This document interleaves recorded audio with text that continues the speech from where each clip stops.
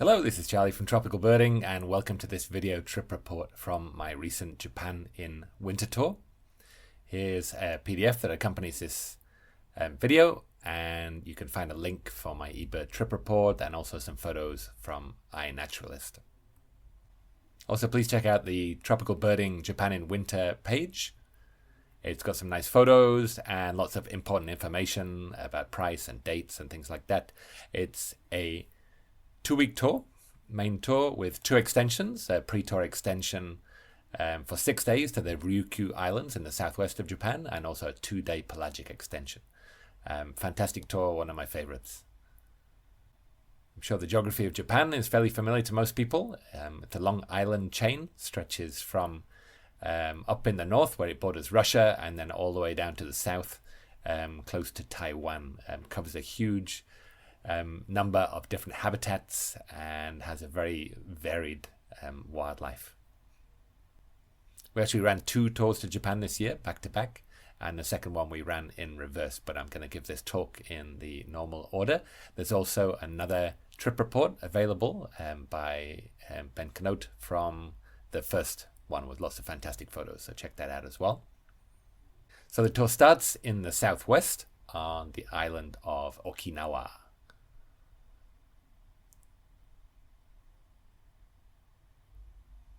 We fly into Naha and start the tour in the morning, where we drive up to the north of the main island. On the way, we normally stop at some rice fields here. There's not too many rice fields on Okinawa, and they make quite a nice little migrant trap for shorebirds and some open country birds. This is one of the birds we saw there, the common snipe, along with lots of other shorebirds and plenty of other common open country birds like this grey-faced buzzard. Most of the targets on this tour, however, are forest birds that are found in the north. This area is called Kunigami, and the old name is Yambaru. We stay at a fantastic hotel called the Ada Garden Hotel, and it's right in the middle of fantastic habitat and has some big targets like right there in the garden. We went straight out birding in the afternoon looking for targets, and this is one of the birds that we found, the varied tit. Again, a lot of the passerines especially are endemic subspecies, and some may be candidates to be split in the future.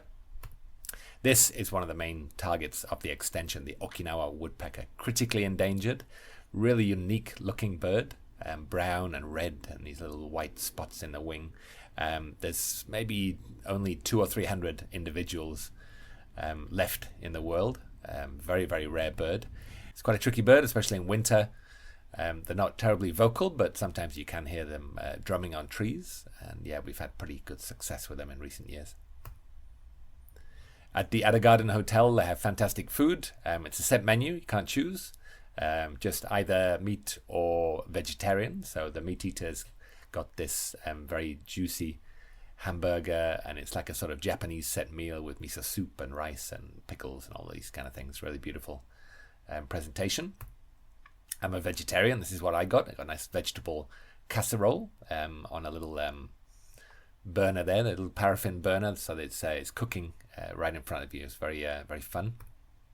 We went straight out in the evening after dinner, and we saw quite a few interesting herps as well as birds. And this is the Okinawa pit viper, venomous snake. We kept a bit of a distance from it. This is the Anderson's crocodile newt, and this beautiful animal here is a Ryukyu flying fox, another endangered species. Just gorgeous. We had really good looks at it. This is the main target of the extension, the Okinawa rail, only described in 1981. Absolutely incredible. It's a beautiful bird, very distinctive. Not the easiest time of year to find this bird. It can be quite easily seen on the roadsides in April and May, but in winter we normally have to go out and find it at night on its roost. We actually went out and came back empty-handed, only to find it walking around the parking lot. And it quickly sort of ran off and down a grassy bank and then started just feeding in front of us. It was really one of the best views I've ever had of this bird. After a couple of nights at Ada Garden Hotel and hopefully having found our targets, we started making our way back to Naha, but we stopped on the way at the city of Nago, where there's a nice park called the Nago Castle Park.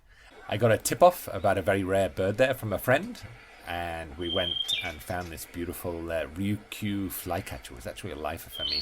Very difficult to see in winter. This is a young male. You can see it's starting to get a little bit of orange on its chest. Beautiful song. From Nago, we made our way back down to Naha Airport, where we boarded a flight to our next destination. It's quite a small plane, and we hopped up to the next island of Amami. Not too far, maybe a 45-minute flight, something like that. Arrived at Amami Airport and picked up a hire car and then drove down to the capital. You can call it the capital. It's quite a small town called Naze. After checking into our hotel, we went out for dinner, and we went to one of my favorite restaurants, which serves something called okonomiyaki. It's like a sort of Japanese fritter with like vegetables and meat and whatever you like. And once it's cooked on one side, you flip it over. And when it's cooked through, you can put these sauces on top. It's very fun, very kind of interactive food, very delicious. The food is a big feature of this tour. On Amami as well, we did quite a lot of nocturnal outings, up to 3 separate outings a day, sort of pre-dawn and late evening before dinner, and then going out again after dinner. So we were pretty busy, a lot of nocturnal targets. This is one of the main ones here on Amami. It's called the Amami woodcock. Amami's got 3 full endemic species, and I find it just amazing that such a small island has got its own woodcock. We struggled a bit with it last year, but this year we found it common, even you could say abundant. You know, we were seeing 20, 25 individuals on a night. It was just remarkable. You know, every 5 minutes there'd be another one, so that was really cool. Another one of the big targets is not a bird, but a mammal, the Amami black rabbit. Very primitive, like a sort of proto-bunny, very short ears, and another just remarkable that such a small island can have such a distinct animal on it. Another one of the cool mammals there is called the Ryukyu long-furred rat. This is it from behind. It's got a long tail with a white tip, quite big, and also another endangered species. Some other cool mammals, the Ryukyu subspecies of the wild boar. During the day, we had some great birding too. We went to a place called the Amami Nature Forest, where they've got a very nice boardwalk. It was a bit rainy the day we went there, so you've got to be careful. It's a bit slippery, but beautiful forest. Just absolutely gorgeous. This is one of the targets during the day, the Lids jay. Another endemic species, totally distinct, beautiful bird. Yeah, it's the size of a Eurasian jay, but like sort of purple and red and with big pale bill. Really, really beautiful bird. Another one of the birds that is a little tricky. We saw it this year, but didn't manage to photograph it. So this is a photo from last year. It's called the Amami thrush. A huge thrush. Really must be one of the world's biggest thrushes. And again, very rare bird. This is not an Amami endemic, but this is one of the better places to see it. This is called the Ryukyu robin. Recently, the Ryukyu robin and the Okinawa robin were split. This is a female here with a grey chest. And this is a photo of the male with a black chest and these distinctive black flanks, which distinguish it from the Okinawa robin. Not a full species yet, but a likely candidate to be split. Currently still considered a subspecies of the whiteback woodpecker. If it was split, it would be called Austin's woodpecker, but totally different from the other subspecies of whiteback woodpecker. Some other cool birds that we saw, the whistling green pigeon, another cool herp, the sword-tailed newt. But yeah, Amami's great. It's really one of my favorite places in the world, and it's got some really amazing stuff. So yeah, well worth the trip. From Amami, we finished the extension and moved on up to Tokyo to start the main tour. The first site is a place called Karuizawa in the Japanese Alps. We often do a bit of birding on the way, and on the first tour actually we stopped to see this very rare bird, the Pallas's rosefinch. Beautiful bird. The weather unfortunately wasn't great at the beginning of the second tour, and it was very snowy and we couldn't make it up to see it. When we got to Karuizawa, it was just covered in snow like this. I mean, it was absolutely beautiful, but it did pose a few problems with access to some of the sites. But yeah, it just felt like Christmas.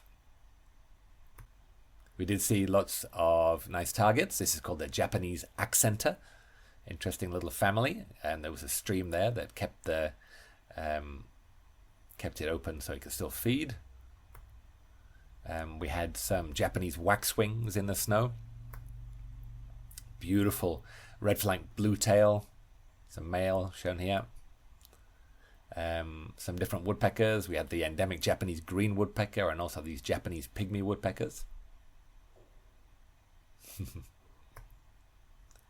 It's a good tour for mammals. Yeah, you don't see a huge number, but some good ones. Yeah, and this is the Japanese serau. It's like a sort of mountain goat, endemic species. We also visit a lake nearby in the city of Saku, and it's a great place for seeing smew, along with a lot of other nice ducks. Here's a drake smew at the back there. Beautiful white plumage. Nice place for Japanese wagtails as well. And other things like meadow buntings and this beautiful male brambling.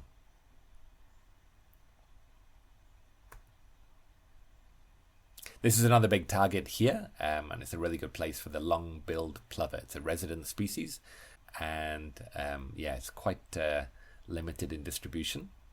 After a couple of nights in Karuizawa, we hit the road, stopping at the Snow Monkey Park. Jigokudani, it's called. Very famous place, quite touristy, but very fun.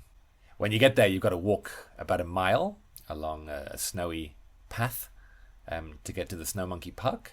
Can be a little bit icy sometimes. Sometimes we recommend people bring these like ice spikes or crampons. And when you get there, you're treated to some wonderful views of these Japanese macaques, an endemic mammal species, endangered species, and some of them keep warm in winter by sitting in the hot springs that are there. I think they do try to keep them in the hot spring by they throw a little bit of food in there, so they sometimes sit in the water and sort of just eat the grain that's been put out for them. But some of the scenes are just wonderful. You get these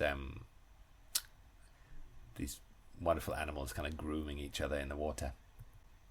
They do get fed there. There's a person that comes along scattering bits of grain there, so this is a feeding time. And they sprinkle it on the snow as well, so you can often see a lot of them foraging in the snow. And cute little babies. It's a wonderful place for photography. It is a bit touristy, but well worth the visit. From the Snow Monkey Park, we cross the highest point in the Alps to the Sea of Japan, and we drive towards the city of Komatsu. On the way, we stopped to do some birding, and we were very lucky and found this rare bird, another endangered species, the oriental stork. It's like a European stork, but it's got a black bill. And it was quite a lucky find, I must say.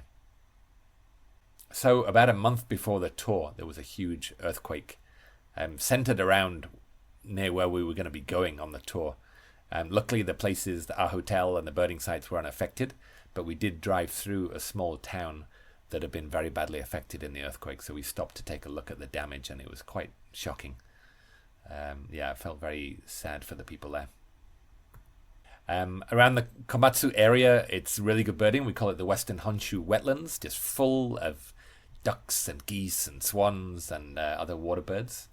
These are the white-fronted geese, and there's flocks of numbering several hundred individuals there, and they feed on the sort of stubble rice fields.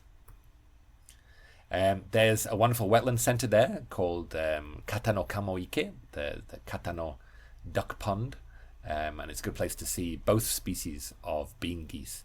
This is tiger bean goose and the smaller, shorter-necked, stubbier-billed tundra bean goose. They can be a little tricky to tell apart, but there's some experts in there which will that help you. Another species of waterfowl we look for there is the tundra swan, the Buick subspecies. A lot more yellow on it than the North American one. You get these beautiful ducks, a falcated duck with these very kind of flowing feathers.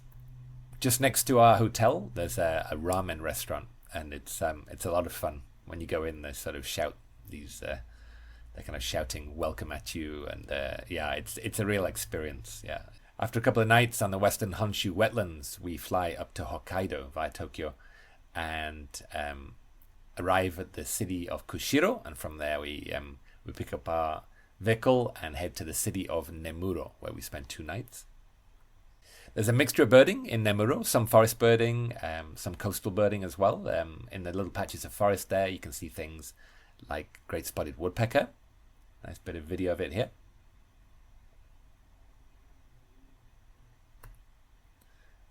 Some other nice forest birds. This is the Eurasian nuthatch, very pale subspecies found up here.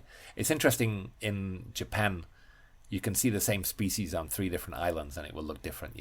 Each island tends to have its own subspecies, especially the smaller passerines. It's another nice bird, the Eurasian tree creeper. The subspecies of Eurasian jay up here has got a very sort of deep orange head, sometimes known as Brandt's jay. I'm always waiting for the year when the Eurasian jay is going to get split up into about 20 species. But yeah, this is a very distinctive one. This is beautiful blue patch in the wing there. This is a very popular bird. This is a long-tailed tit, but the subspecies found in Hokkaido has a pure white head, and they're incredibly cute. The Japanese love cute things, and every shop you go into has just got a whole bunch of souvenirs about this species. Shimaenaga, they call it. Another very distinctive subspecies, this is the Eurasian bullfinch. If you see one of these in Europe, it will be all red below, but this Asian one has a sort of grey belly and just a red cheek. Very distinctive looking. They're called grey-bellied or bical bullfinch. Another potential split. We get right to the end of the Nemuro Peninsula there, and you can actually see islands controlled by Russia. These are the Coral Islands. The 4 southern Coral Islands used to be controlled by Japan, and after the war, Russia took control of them, and Japan still claims them. So you tend to get a lot of signs there to this effect. You can see return of the 4 islands will strengthen friendship between the 2 nations. The Northern Territories are traditionally a Japanese territory. I seem to think that they're probably not going to get them back, but they do keep on trying. You can actually look across to Russia. I think the closest island is about 10 kilometers away. If you look in a scope, you can actually sometimes identify a bird across there and put it on your Russia bird list. Sometimes in the fishing ports there, you get some interesting birds coming in. This is a common moor, a common guillemot.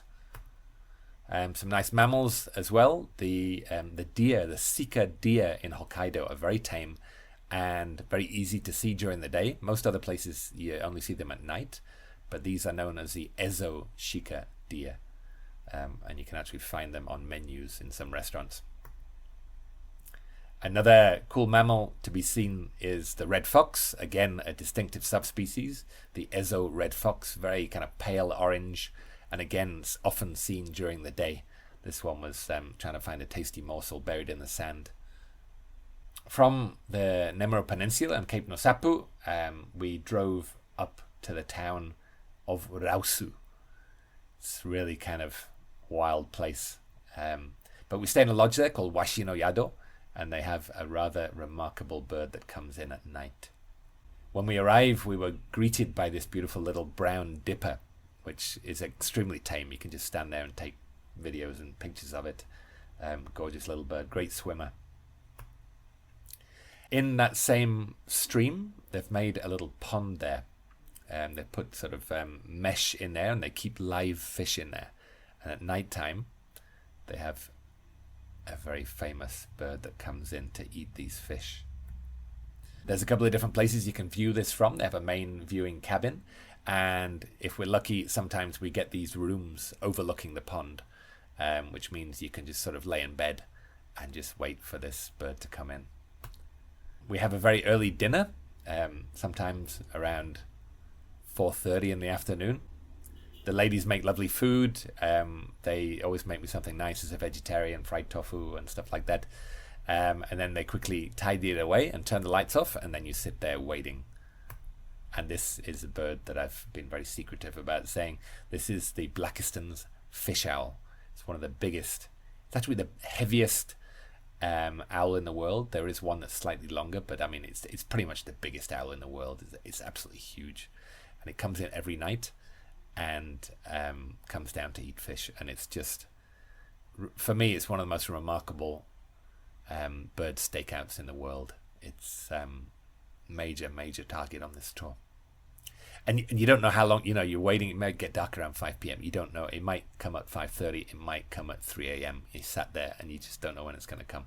So, you hope it's not going to take too long. And on this trip, I think it was coming in more in the morning. So we waited a few hours in the evening. Then we went to bed and came back. And, we saw it about like 4 a.m. or something like that. What it does is kind of stand on the edge of the water, and it jumps in and starts flapping its wings about, and then it grabs a fish with its hands. It kind of closes its eyes and feels around, flapping its wings the whole time. I mean, it's so dramatic. And then everybody's just madly taking photographs of this just incredible spectacle. But it's really one of my favorite parts of the tour, Blakiston's fish owl. The next morning, we're going to go and see another remarkable bird, another behemoth of the bird world, and we get on a boat. They call it the Nature Cruise, Shiratoko Nature Cruise, and we head out into the sea. So we did this twice this year. On the first one, there was an ice floe. All these kind of icebergs kind of float down from the north. That hadn't arrived yet, but there was a pod of orcas that were around, and the boat captain took the boat over there, and we had amazing views of orca. It's not a regular occurrence this at all, but we were really lucky to see this pod of orcas like very close. When it came to the second tour, the ice floe had actually arrived, and if it doesn't arrive, the boatmen they kind of throw frozen fish onto the water, and you get photos of the Steller sea eagles flying down and grabbing these off the water. And they're coming in hundreds of times, and you're there for like an hour and a half taking pictures of these, the biggest eagle in the world, swooping down. I mean, the pictures are just amazing. But yeah, on the second tour, we had the ice floe, so they throw the frozen fish onto the ice floe, and the eagles come down, and they grab it off there. There's enough to go around, but there's always lots of scrapping and fighting.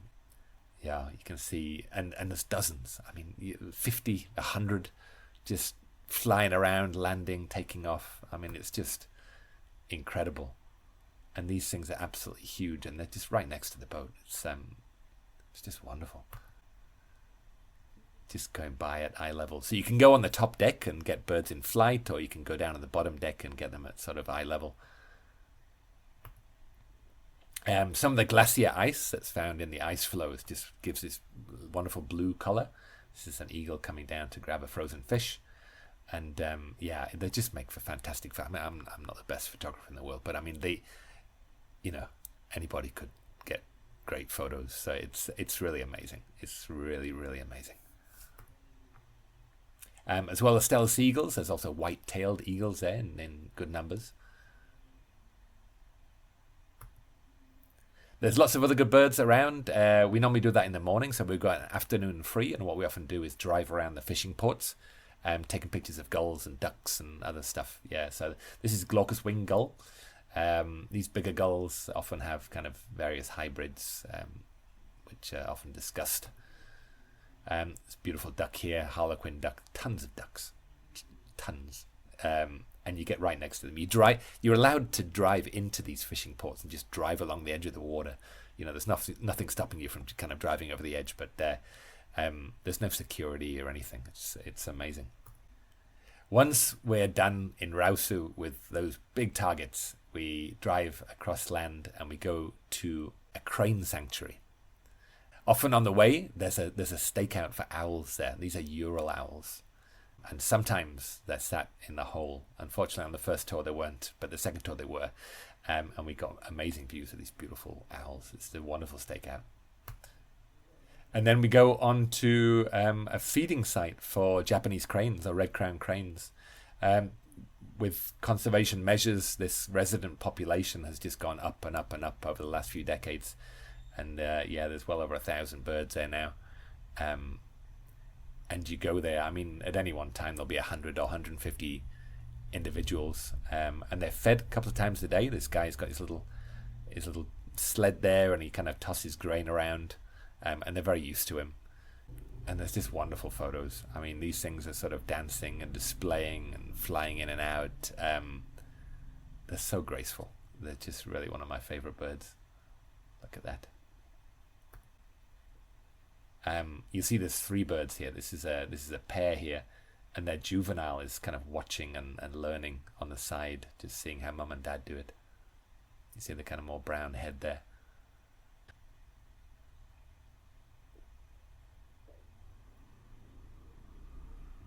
And that is the end of Hokkaido.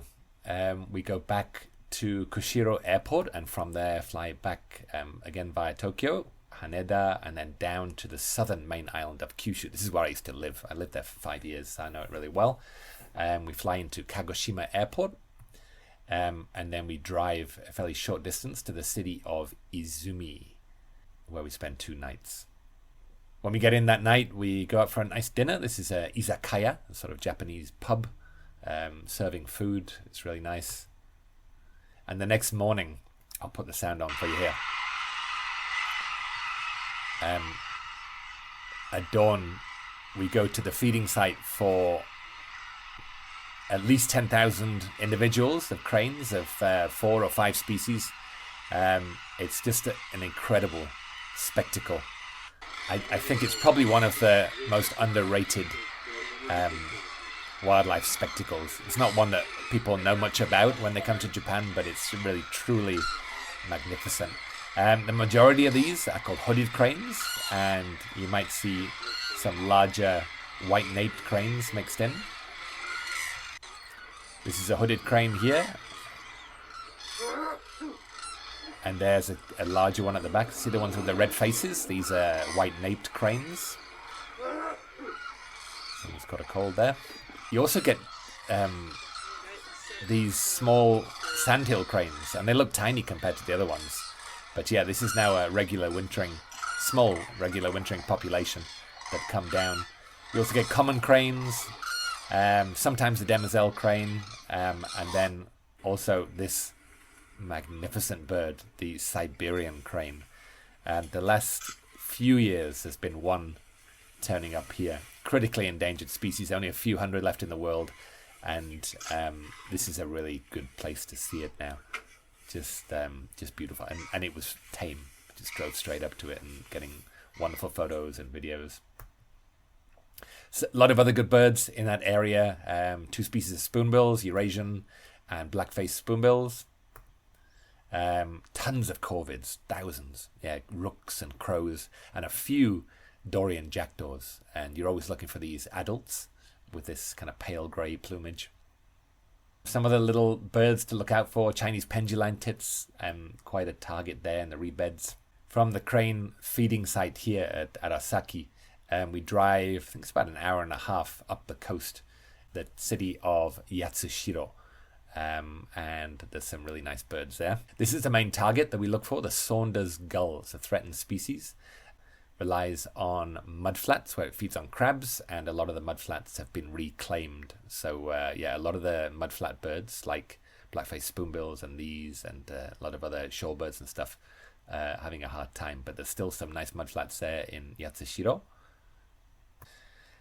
After that, it's back to Izumi for a little bit more birding, and early the next morning we go up to a little dam called Kogawa Dam, which is a really nice place to look for mandarin ducks, which is really one of the most beautiful ducks in the world. Other good forest birds there as well. It's quite a nice spot to visit. And we carry on up into the mountains, and we end up at a place called Kirishima Jingu. It's a big shrine. It's a small cultural diversion, but it's also got some nice birding on the grounds there, which is why we go. It was raining the day we went there. It's very atmospheric, very beautiful place. It's a good place for Japanese grosbeak. From there, we drive a short distance to a volcanic crater lake called Miike that's surrounded by a beautiful forest. It's quite a nice place for several birds. You often get olive-backed pipits there. Sometimes we see Dorian redstarts there. You can get white-backed woodpeckers, green woodpeckers, grey buntings there sometimes. There's even copper pheasants you've seen there sometimes. So it's a really nice place. After we finished our birding at Miike, we drive up to a lodge up in the mountains. And I think it's one of my favourite places to stay in the world. It's called an auberge Ijinkan. And there's a guy that lives there, and he's one of the best chefs that I've ever come across. He's an absolute artist, and we just enjoy probably the best food of the tour. Really fantastic. It's a treat. And the other nice thing there are the hot springs. They have natural hot springs there. There's 4 or 5 different baths. They have some baths for 2 people, so couples can kind of go in, and they're set in a beautiful little garden there, and it's the cold mountain air, and you're kind of sitting in this kind of hot sulfur hot spring. It's something special, eh? It's very cool. And this is a slightly larger one. We usually do a bit more birding at Miike in the morning before driving down to the east coast of Kyushu and the tiny town of Kadogawa. I lived here for a year, just north of Kadogawa, so it's very nostalgic to go back every year there. There's a little island just off the coast here called Biro Island, Birodo, and 70% of the world's Japanese murrelets nest on this island. And we go out on a boat. The captain there knows just where to find these little fellas, these murrelets. They're incredibly cute. They're like a little miniature penguin. They kind of float on the surface there. So they're quite hard to spot because you've got waves and stuff, and these things are only like, a few inches long. So but we usually find them.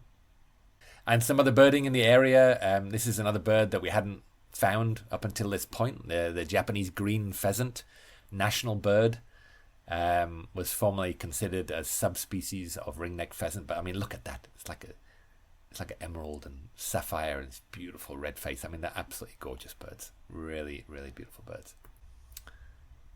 From Kadogawa, we head down to the Hitotsuse River, which is has some really fantastic birding there. Great place for shorebirds.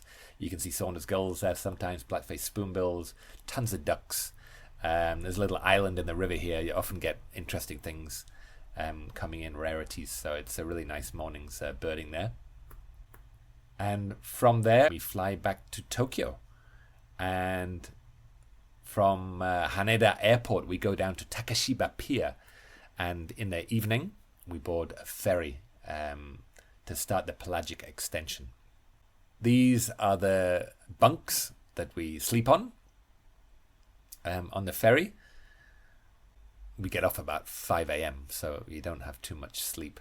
But we get off early in the morning and head to a place called the Miyake Nature Center, in Japanese Akakokokan. And we look for a few endemics. This one here is the Izu thrush. We bird around another volcanic crater lake called Taroike, which is surrounded by beautiful forest. This is us walking down the track. It's a really cool place. It was raining the day we were there, but it's very fun birding. This is me dressed up as an Izu thrush.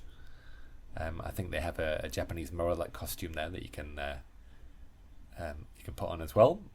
And just around there you can look for the Izu robin, newly split species. You get the Osten's tit, another split off varied tit. So there's some really nice endemics to look for on the island. Then we get back on the boat and we start our pelagic watching.